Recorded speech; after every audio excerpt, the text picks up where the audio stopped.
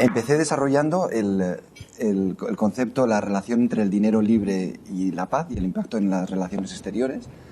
Pero poco a poco, con el tema del Bitcoin, como tenía tanta relevancia, pues pensé, bueno, pues voy a incluirlo porque es un ejemplo muy práctico de cómo puede funcionar un dinero privado en la práctica, ¿no? Y bueno, pues lo que voy a intentar analizar es pues eso, cómo la emisión de dinero en libre competencia puede tener un componente civilizador, un impacto bastante positivo en última instancia en el recurso decreciente que las sociedades tienen a la violencia y a la guerra como manera de solventar los desencuentros entre sociedades. Intento empezar con un estudio de la violencia, a ver si es inherente al hombre o no. Entonces, hago un poco...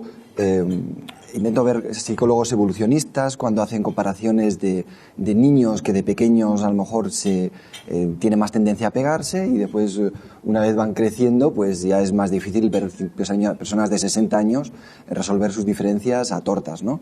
Y entonces este proceso de aprendizaje del que hablan estos psicólogos evolucionistas, de cómo resolver las disputas de un modo pacífico,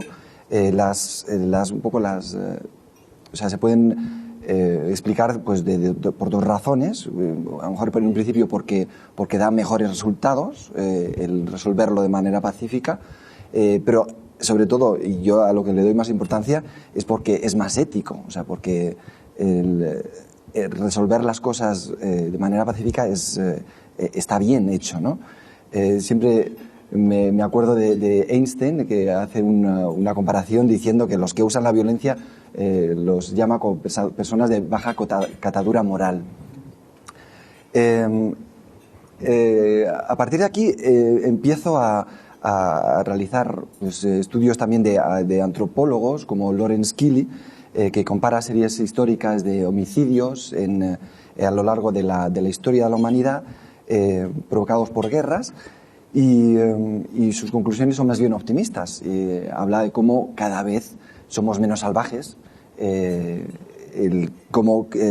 cada vez los ratios de violencia son cada vez menores, al menos en términos porcentuales, ¿no? Entonces ahora es más difícil observar desaparición de tribus enteras, como podía pasar aquí en Guatemala lo sabéis muy bien, ¿no? Con las tribus, en el periodo precolombino. Estuve el lunes en Petén, me explicaba un poco el guía, cómo periodos el periodo clásico, cuando la cultura teotihuacana y la maya establecieron lazos estrechos de intercambio y de comercio, fue el periodo más álgido de la cultura maya, al menos así lo explicaba él. Después hay otro autor que ha tenido mucha publicidad, el libro que escribió Los ángeles que llevamos dentro, el psicólogo experimental Steven Pinker de Harvard. En este libro del año 2011 también él retoma las conclusiones optimistas que extraía Lawrence Keeley, y se anima también a dar razones adicionales de por qué puede disminuir la violencia. Y él, por ejemplo, da un papel muy importante al hecho de que la mujer en la sociedad tiene más preponderancia, y eso hace que las diferencias que resolvamos las diferencias de forma más pacífica, ¿no? Y bueno, él también insiste bastante en el proceso civilizador del hombre que se realiza comerciando más y estando más instruido. Entonces yo la tesis la intento enfocar no en esas razones, sino que intento ir intento seguirle la pista al dinero. O sea, como los periodistas de Watergate, intento entender cómo se financian las guerras para intentar entender el origen de las guerras. Intentando pensar con lo extremadamente costosas que son las guerras, cómo es que los estados siempre tienen el dinero para financiarlas, ¿no? A pesar de que sean estados totalmente sin dinero en sus bodegas de sus bancos centrales, siempre hay dinero para poder financiar guerras. Entonces, cuando empiezo un poco a ahondar, a rascar en esa problemática, veo que es muy complejo todo el fenómeno monetario, y entonces pienso en Henry Ford también, que habla que menos mal que los ciudadanos no entienden bien el sistema monetario y bancario, porque si no, habría una revolución mañana por la mañana, ¿no? Y bueno, de lo que he leído hasta ahora, los autores que mejor han ofrecido una explicación más lógica de lo que es el dinero y de dónde viene los orígenes, son los autores de la escuela austríaca. Entonces a veces pienso que qué suerte tienen los gobiernos de que no hay muchos economistas austríacos, ¿no? Porque si no tendríamos la revolución mañana mismo. Entonces estos autores austríacos, seguramente ya se lo habrán explicado a todos o ya los habrán leído con detenimiento, entienden el dinero como una institución social, o sea, como el lenguaje en que los ciudadanos, a base de ensayo y error, van eligiendo el medio indirecto de intercambio que más satisfacción les da. Entonces, si empezaron intercambiando con sal, como en los tiempos de los romanos, de ahí la palabra salario, pasaron pues, también a intercambiar vacas o los cigarrillos en la Segunda Guerra Mundial. Y entonces, poco a poco, en ese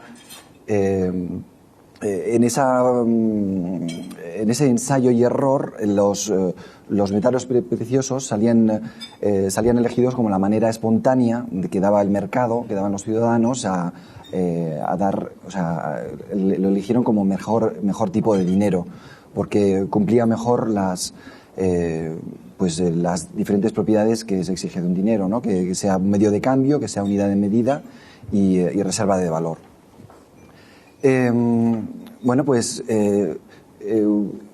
Los gobiernos poco a poco también se empezaron a meter en este mercado monetario, primero como garantes de los pesos de las monedas. Ellos eran los que certificaban que había tal contenido de oro y plata, se empezaron a dar cuenta también de que si se metían en este negocio, se trataba un poco de la gallina de los huevos de oro. Tenían un poder discrecional que empezaron a utilizar en beneficio propio. Empezaron a crear los bancos centrales para acuñar monedas, y a partir de ahí impusieron la circulación forzosa o la circulación legal, como llaman ellos, que es un poco distorsionando un poco el sentido de las palabras, ¿no? Y en momentos en los que los gobiernos tenían necesidades de financiación, empezaron a rebajar también el contenido en oro de las monedas o de la plata, a fin de cuentas el engaño que realizaban a los ciudadanos tenía un coste político que era relativamente bajo. La moneda siguió evolucionando, y ya sabemos un poco cómo sigue la historia. Se crearon las promesas de pagos, los papeles en los que los bancos centrales emisores prometían devolver o redimir el valor de esos papeles en metales preciosos. Y entonces ese monopolio de emisión era una tentación demasiado grande, porque podían crear muchas más promesas de pago no respaldadas por metales preciosos. Entonces ahí los gobernantes se comportaban un poco como un adolescente cuando tiene una tarjeta de crédito que parece que lo gasta de una manera irresponsable, que no piensa en lo que puede ocurrir mañana, ¿no? Esto era un caldo de cultivo para que los gobernantes accedieran a dirimir sus disputas a base de tortas. O sea, que si no pueden tener todo el dinero que quieren, pues a base de imprimir dinero.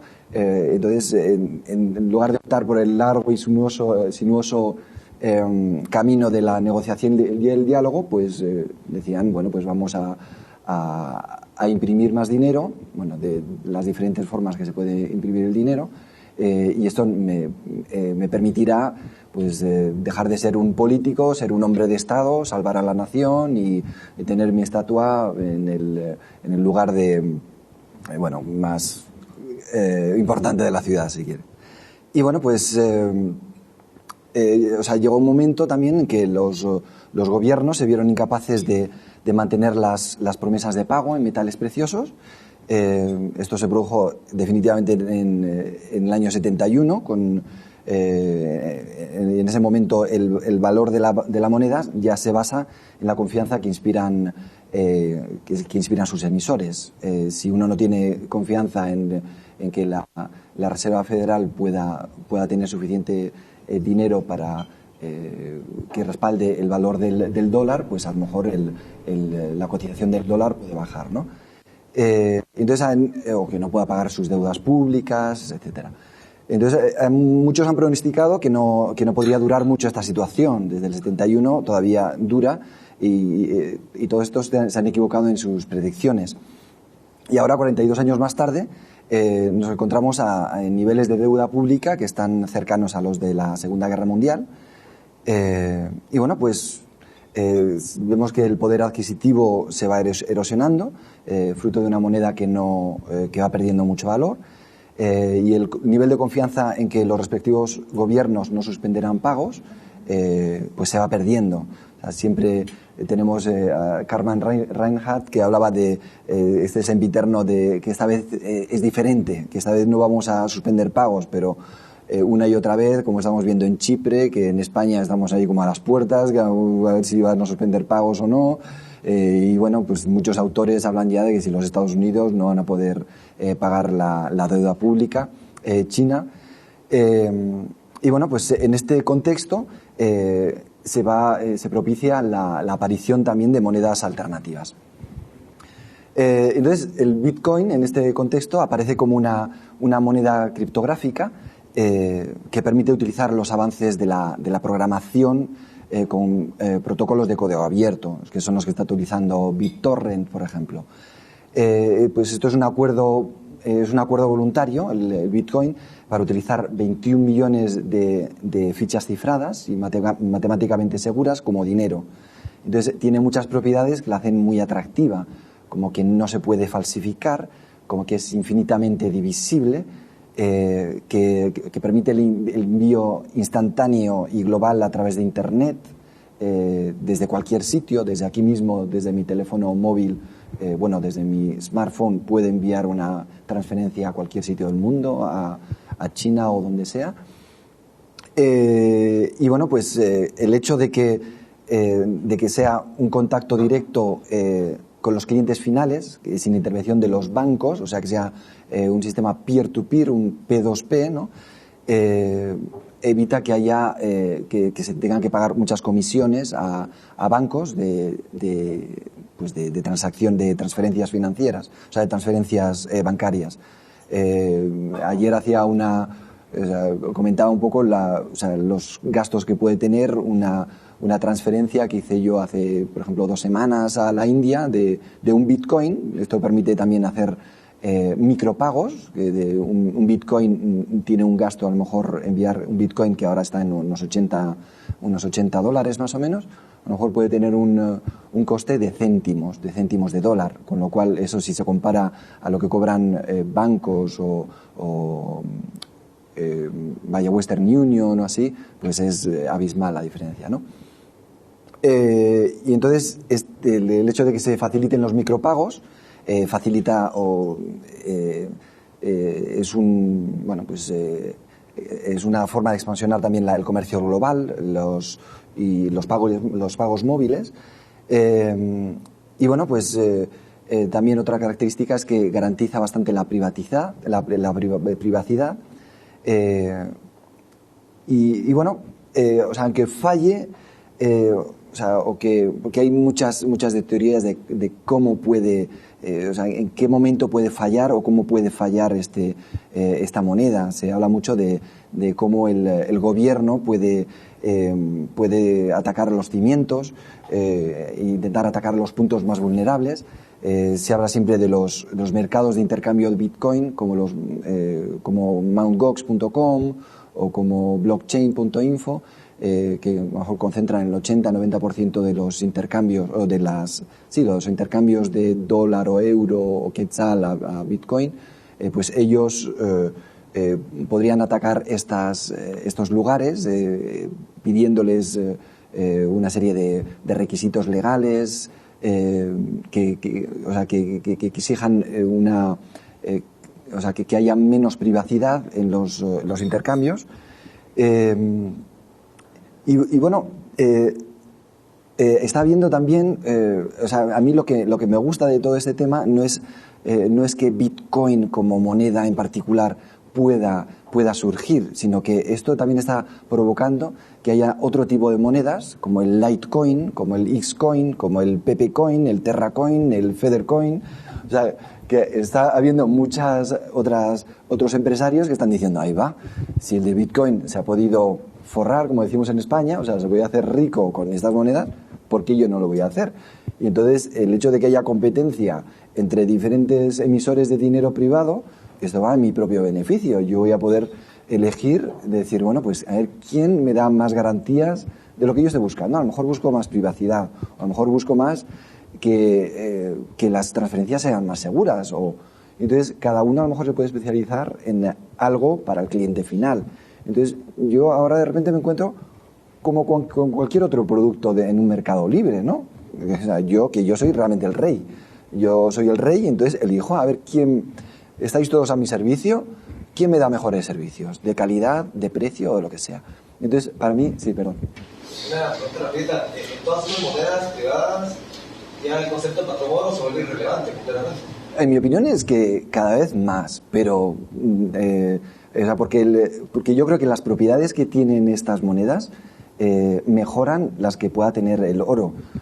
Lo digo esto hay muchas discusiones también sobre esto, ¿no? De cómo el valor intrínseco del oro con el teorema regresivo de Mises dicen que realmente ese papel no lo tiene una moneda electrónica, pero también se puede argumentar diciendo toda la red de seguridad que está dando pues este protocolo abierto, la cantidad de gente que está invirtiendo horas, dinero, poder computacional de todos sus ordenadores, hacen que sea una moneda que tiene valor en sí, a pesar de que sea un fenómeno virtual en una nube que nadie sabe dónde está. Pero bueno, Google en sus inicios también era un concepto virtual, o cómo podíamos pensar hace 50 años que Microsoft podía tener esa riqueza tan brutal generando algo que eran casi ideas, ¿no? No era...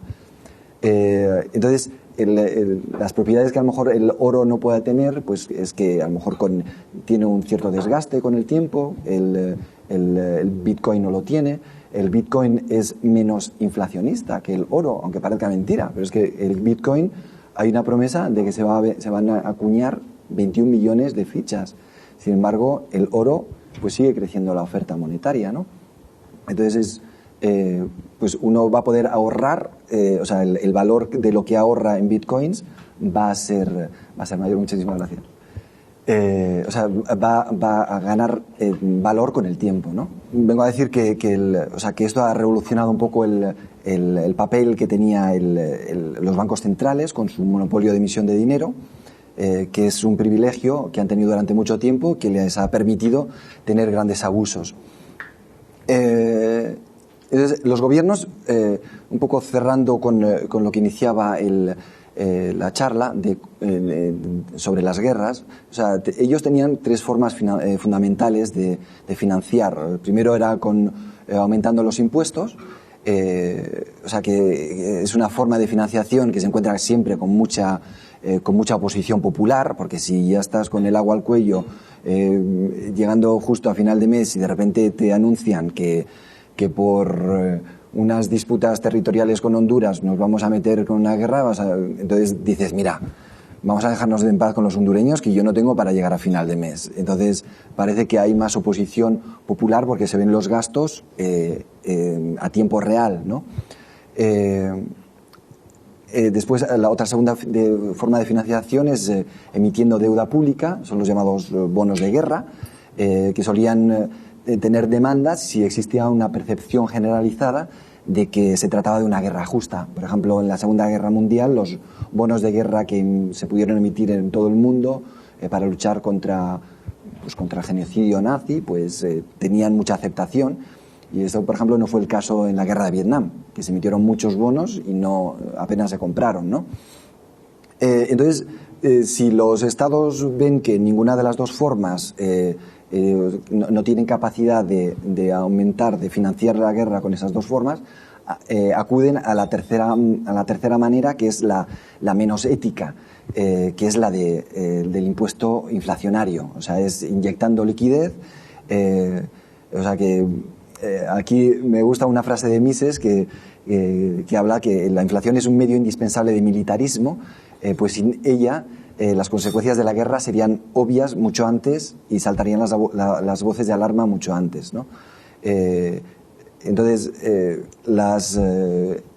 estas monedas alternativas y el Bitcoin en particular, yo quiero ver como sería o sea, los gobiernos serían incapaces de financiar las guerras de esta tercera forma, con el impuesto inflacionario, que bueno, que es la más silenciosa, la menos ética y la más peligrosa. Los mineros de Bitcoin, al generar Bitcoins, lo que hacen es dar más seguridad al Bitcoin. O sea, hacer que, o sea, auditando las transacciones que se hacen varias veces, pues eso hace que el Bitcoin gane en valor porque es una moneda más segura. Yo voy a realizar transacciones más fácilmente con una moneda que me da tranquilidad, porque sé que nunca van a poderse falsificar esta moneda, que con una que veo que tiene posibles formas de ser falsificada, ¿no? Entonces, ¿agregan valor los que están acuñando esta moneda? Yo creo que sí, al darle más seguridad. Cierto, podemos pensar, solamente han podido crear el valor los mineros de Bitcoin, pero bueno, pueden salir monedas alternativas, o sea, siempre sí. Entonces, otra cosa que quería decir con respecto al tema de la inflación, es que es un concepto que yo siempre he tenido, yo siempre he aprendido. El hecho de decir, es un poco a lo mejor un concepto monetarista, pero que yo siempre lo llevo implícito un poco en mi manera de razonar, que era que siempre tiene que haber un poco de inflación para, o sea, que dé cabida a pues al aumento de la actividad, al aumento del desarrollo, pero siempre, o esto entiendo yo ahora, es que la inflación lo que hace, aunque sea mínima, lo que hace siempre es favorecer a los que, no a los ahorradores, sino a los que piden dinero, ¿no? Sin embargo, mientras haya deflación, se está favoreciendo a los ahorradores más que a los que piden préstamo, ¿no? Yo no sé si eso es un fenómeno involucionista, como nos quieren hacer muchos decir, ¿no? Que está fomentando el ahorro y no está fomentando la inversión.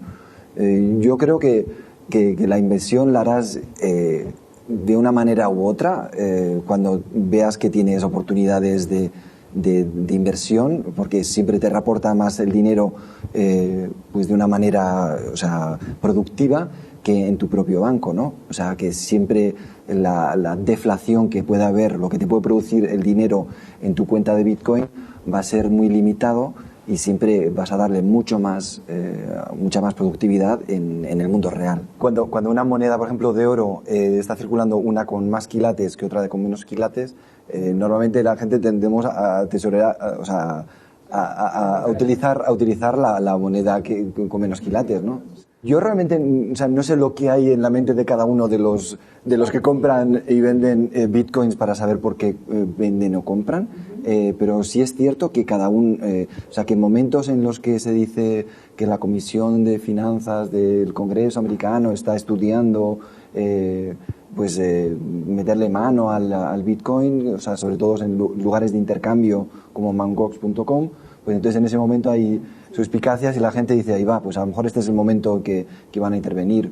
O también está bastante ligada a momentos en que se ha visto que tenía que tenía fallos, o en Mangox también, por ejemplo, que se detectó algún fallo y hubo Entonces ahí se notaba que era un sistema frágil y entonces todo el mundo decía, no tengo confianza. Pero parece que lo habían prohibido en China o en Japón, habían cerrado. Ya, pues que yo sepa no. Y de todas formas, a mí lo que me gusta del Bitcoin es que que una vez que te metes es como si estuvieras en el país, Alicia en el País de las Maravillas, que una vez que te metes dentro del agujero de la madriguera del conejo, ya estás como un poco fuera de la realidad, o sea, ya nadie, o sea, puedes actuar de una manera bastante anónima y nadie te controla, o sea, el gobierno puede controlarte cuando accedes a cambiar tus dólares por bitcoins. Es decir, si quieres blanquear dinero, que es un poco lo que están achacando los gobiernos, o sea, por donde quieren meterse a controlarlo, es haciendo ver que muchos hay lavado de dinero de drogas, que están comprando bitcoins, ¿no? Entonces, es un poco donde quieren intervenir. Porque ahora mismo, por ejemplo, se está haciendo una publicidad bastante negativa de Bitcoin porque se pueden comprar drogas, se pueden comprar armas con Bitcoin, pero bueno, también se pueden comprar armas con dólares y no pasa nada, pero parece que siempre, igual que con Internet, se querían olvidar de todas las ventajas y querían solamente focalizarse en la pornografía infantil, pues ahora con Bitcoin es un poco parecido, ¿no? Que quieren pensar en el blanqueo de dinero como una cosa horrible. Yo puedo pensar que un organismo que quiera evitar que haya intercambios, o sea, puede, no sé, llevar perros a una oficina de correos o de envíos postales para ver dónde hay drogas o dónde no hay drogas, pero adivinar, o sea, el anonimato de Bitcoin, que es un poco lo que le da ese valor adicional, eso no pueden meterse por ahí a atacarlo, ¿no?